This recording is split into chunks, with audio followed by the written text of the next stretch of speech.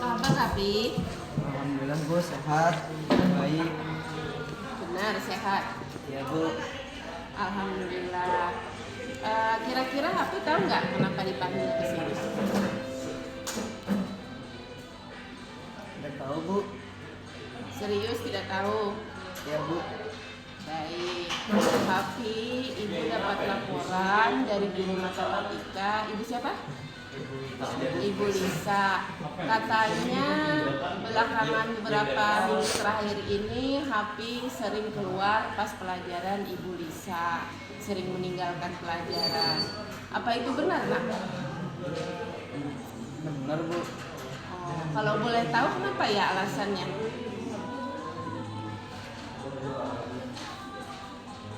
Saya menghadiri rapat pramuka Bu. Rapat pramuka. Iya, Bu. Ada acara ya untuk pramuka? Iya Bu. Baik. Tapi apa Hafi yakin itu alasannya atau punya alasan yang lain? Cerita aja sama ibu, nggak apa-apa. Aku nih belum praktek lah, belum satu. Sebenarnya ada sih Bu alasan lain. Hmm. Sebenarnya saya kurang suka pelajaran matematika karena pelajarannya saya susah Bu. Susah ya. Iya Bu. Baik Hafi, pelajaran matematika itu memang susah. Ibu dulu juga waktu sekolah sangat kesulitan pelajaran matematika. Jadi sebabnya karena Hafi kesulitan memahami pelajaran matematika, jadi Hafi menghindar, sering keluar kelas, begitu? Iya Bu. Oh begitu, baik ibu paham. Gak apa-apa ya nak ya, bukankah tidak semua orang itu harus pintar dalam semua mata pelajaran ya. Jadi apa yang Hafi lakukan sebenarnya wajar. Tapi boleh nggak ibu tanya? Boleh Bu. Kira-kira apa yang Hafi lakukan itu benar nggak? Meninggalkan kelas, itu benar nggak? Tidak benar. Nah, berarti Hafi tahu kesepakatan kelas yang mana yang Hafi sudah langgar dengan cara meninggalkan pelajaran matematika itu. Tahu Bu, membolos Bu. Membolos, ada lagi? Melawan guru Bu. Melawan. Mungkin lebih tepatnya kurang menghormati guru ya. Karena ketika Ibu Lisa mengadukan itu ke Ibu, sepertinya Ibu Lisa kesal sama Hafi ya. Itu artinya Hafi kurang menghormati guru atau Ibu Lisa. Baik, karena Hafi sudah tahu kesalahannya dan kesepakatan kelas yang mana yang dilanggar, kira-kira menurut Hafi bagaimana cara memperbaiki ini agar kedepannya Hafi bisa lebih baik? Apa yang harus Hafi lakukan ke depannya? Yang pertama, saya harus memperbaiki dulu hubungan saya sama Ibu Lisa karena tidak menghormati beliau. Iya, caranya gimana nak? Minta maaf sama Ibu Lisa dan tidak lagi membolos pelajaran beliau. Oke, terus apa lagi? Mungkin saya harus lebih bisa mengadaptasikan diri terhadap pelajaran Bu. Iya, ada lagi?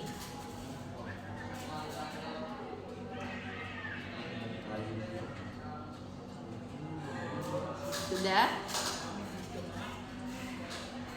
Atau cukup? Pertama Hafi bilang setelah ini Hafi akan minta maaf dulu kepada Ibu Lisa karena Hafi merasa bersalah meninggalkan pelajaran Cidin beberapa kali. Yang kedua berusaha untuk beradaptasi dan memahami pelajaran matematika. Apakah itu cukup?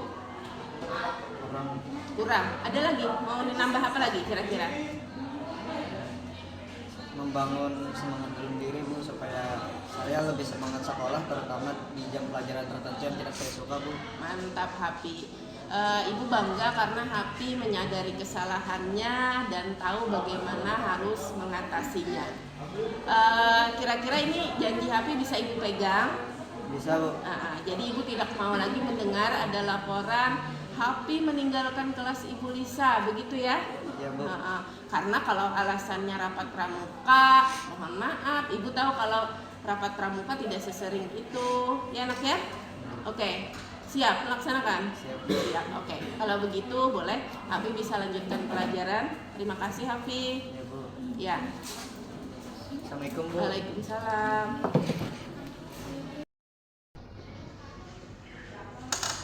Ya, duduk Happy. Iya Bu. Ketemu lagi kita. Iya Bu. Baik Happy. Nah kali ini kira-kira Happy tahu nggak kenapa dipanggil lagi ke sini? Iya Bu.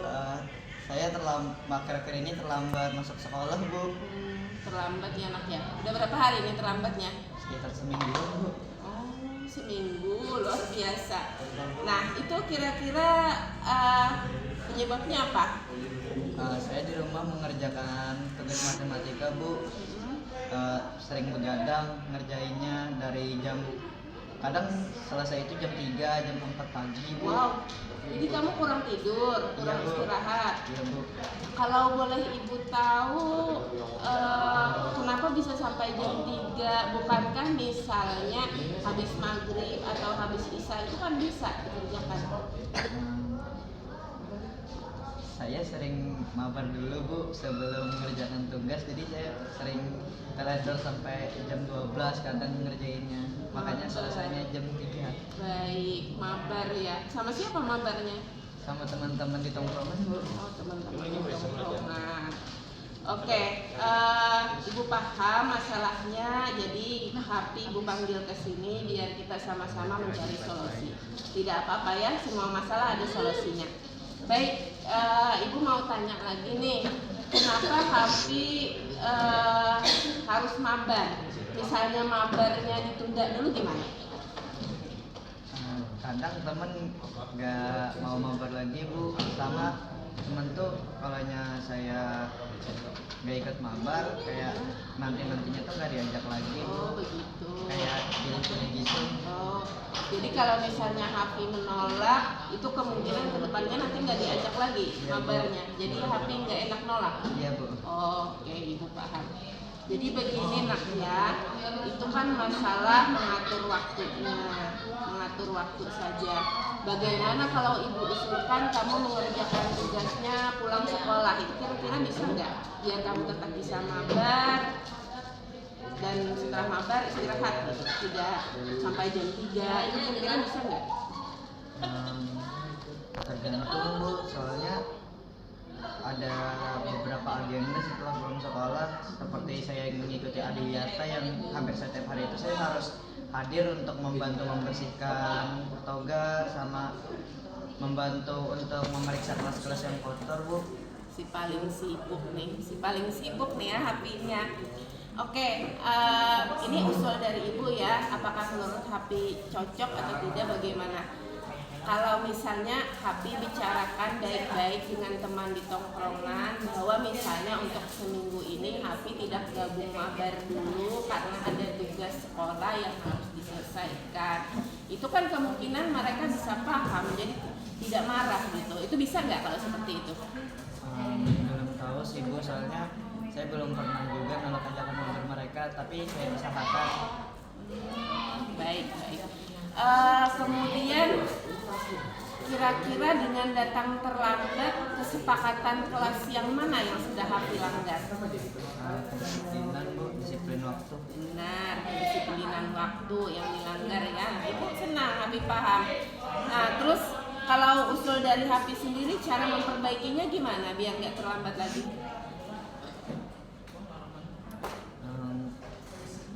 Kalau menurut